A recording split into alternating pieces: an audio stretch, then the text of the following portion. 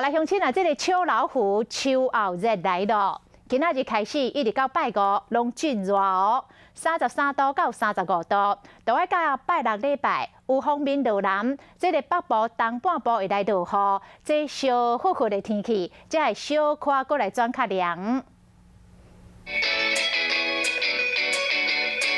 毋是我惊拍，实在是日头真炎，一惊出这蚊帐，赶紧挂乌人目镜，丢着太阳灯，规罐水拢淋了了。人讲秋后热，天气真正足翕的，这开白露拢已经过啊，热天哪未过？今日开始到9月18拜五，同款都是足热的，各地拢是33到35度。